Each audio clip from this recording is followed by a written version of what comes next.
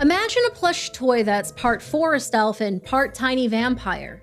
Adorable yet unnervingly mischievous. Meet Labubus, the nine-toothed creature making K-pop idols look chic one moment and sparking a mock demonic panic the next. Let's dive into what they are, how they became a global frenzy, and the hilarious reasons people think they're utterly evil.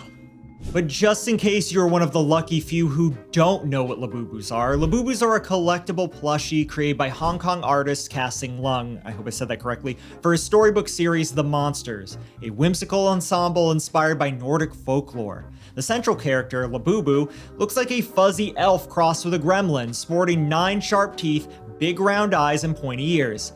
They debuted in 2015 under How to Work, but true fame struck in 2019 when toy giant Pop Mart turned them into collectible blind box figures, meaning you don't know which version of the Labubu you'll get until you open it. So how the hell did these things become so popular? Well, for starters, Blinks, that's Blackpink fans, went absolutely wild in mid-2024 when Lisa, that's Mook from White Lotus Season 3 for all of you non-K-pop fans, was spotted sporting a Labubu keychain on her Hermes bag. Suddenly, these strange little creatures were everywhere. I'm such a nerd. Secondly, blind box addiction plus scarcity mentality equals frenzy. Collectors thrive on mystery, and Labubu delivers that. Weekly limited drops, surprise variants, and rarity-fueled resale mania. Some rare ones have fetched 4 to 5 figure prices. Labubu has caused modern-day riots similar to that of Cabbage Patch Kids in the 80s or Beanie Babies in the 1990s. Remember when those were supposed to pay for our college tuition? I regret to admit that when I was between the ages of 6 and 9, my cousin and I started doing whatever we could to acquire Beanie Babies because we thought they would appreciate in value to the point where we could retire as adults. If only someone taught us about dividend stocks or index funds instead. I remember being a child and waking up early in the morning before school to see QVC selling these ultra rare Beanie Babies and Don West screaming out of his mind about if you didn't buy them now, they were gone forever. This deal is so good that I can hardly wait to read the net tomorrow to hear what people have to say about what we did. That bear alone will cover the price of everything. Now here's the problem. Number one, we only have a few of these. Maple's $400. If you can afford it, buy it. By the way, that 1995 price tag you saw in the clip is about $4,000 in 2025 prices, which comes out to about $4,250 per Beanie Baby. If that seems like a lot of money to you, just know that there's some Labubu blind boxes going for more than that and some individual rare Labubus going for hundreds, showing full well that nothing has been learned from the mistakes of previous generations. And don't even get me started on Tickle Me Elmo or those cursed Furby things. Apparently in California, thieves stole $30,000 worth of these little gremlins. Labubus, not Furbies, unfortunately. I'll kill you all. Keep touching me and I'll bite your f***ing fingers off. But with any trend, manufacturers were quick to hop on the bandwagon and start selling their own versions of the toy. Counterfeit Labubu toys, commonly referred to by fans as Lafufu, have invaded online marketplaces, pop-up shops, and even physical events. These imitators mimic the distinctive, ugly, cute aesthetic of Labubu, but fall significantly short in craftsmanship and authenticity. Here's a fake Labubu I got while dumpster diving. Not very rare, but very squirrely. In the UK, over 100,000 Lafufus have been seized by Border Force due to safety risks, including toxic materials and choking hazards linked to poor construction and small, easily detachable parts. The Better Business Bureau has flagged numerous scam reports involving fake Labubu purchases, ranging from receiving nothing at all to getting substandard knockoffs. But in a world where knockoffs are getting harder and harder to spot, how can you tell if your Labubu is actually not a Lafufu? Well, here are some key red flags. Number 1, wrong number of teeth.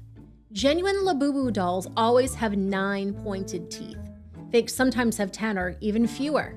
Number 2, missing authenticity marks. Look for a QR code, holographic label, or Pop Mart logo on the box or tag. Fakes typically will omit these. Number 3, poor packaging.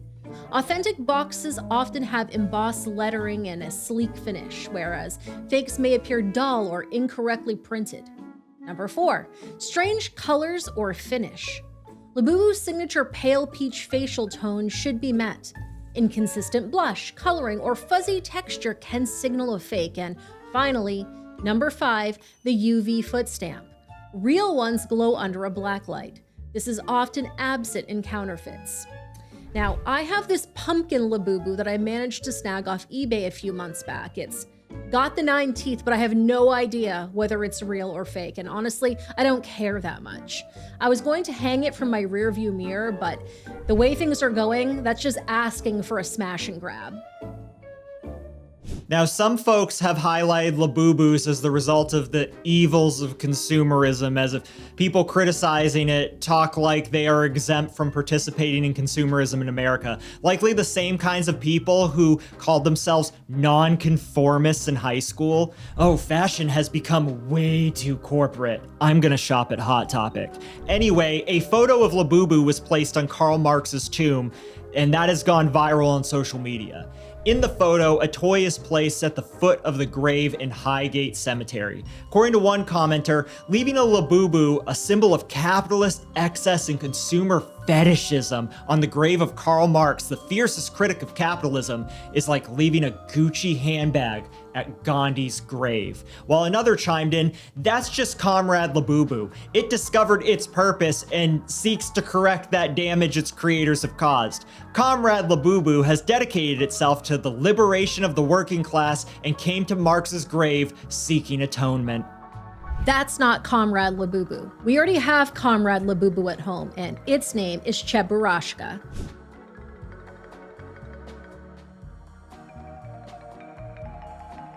Anywho, others believe that the small toothy dolls represented a whole different kind of evil. Something a little more sinister in nature. I am burning this thing. This thing has been ruining my life, and it is cursed. I am not kidding. Do not buy these things.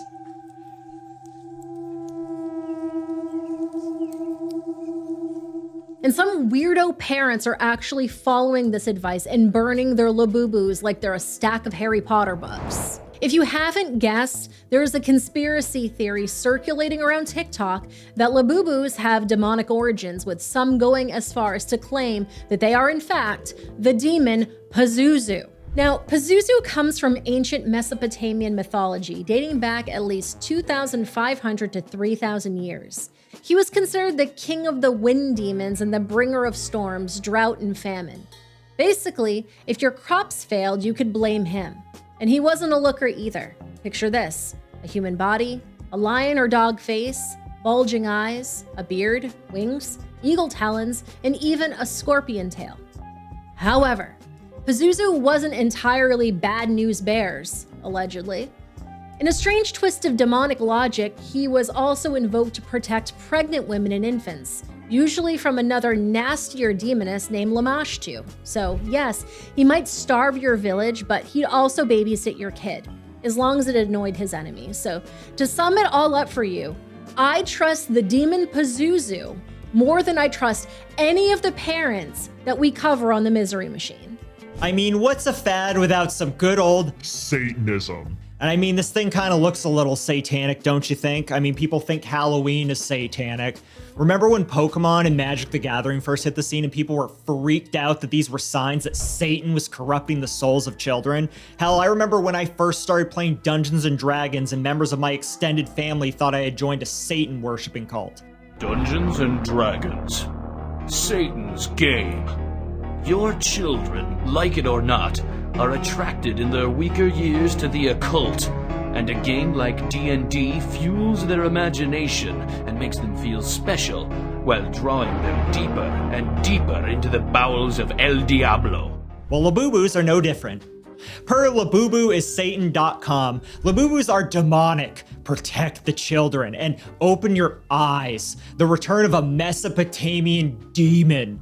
Whomever webmasters are, they seek to destroy the largest Labubu doll on August 30th, referring to it as the Alpha Demon. Do we know how big this doll is? It's like, not as tall as So it's like 4 feet tall. So it's like an oversized lawn gnome. Yeah. Okay, all right, anyway. Now at this point, nothing should surprise us anymore, but this group, who describes itself as simply a group of parents who are passionate about protecting children, has managed to raise just over $48,000 of their $150,000 goal to buy this giant Labubu. People actually gave them money, and I don't even know what they're going to do with it. Are they going to lock it up in some crypt so that way it doesn't infect the world? Are they going to ritualistically burn it? It's not really clear what their plans are with it. But it's not just folks on TikTok that have a lot of time on their hands. Russia proposed banning Labubus for being terrifying and potentially harmful to one's mental health, while parts of Iraq confiscated thousands, claiming they may attract demonic spirits. Labubus may be little plush monsters with sharp teeth, but they've become the latest cultural icon. They're creepy cute, fierce fashion statements, goofy pop culture specimens, and, depending on who you ask, possibly demonic harbingers of doom. Labubu isn't evil because it has sharp teeth. It's evil because it understands yours. The ones you use to bite down on every limited drop consumer bait they dangle in front of you. Me included. Are you satanic? You sure fucking act like it.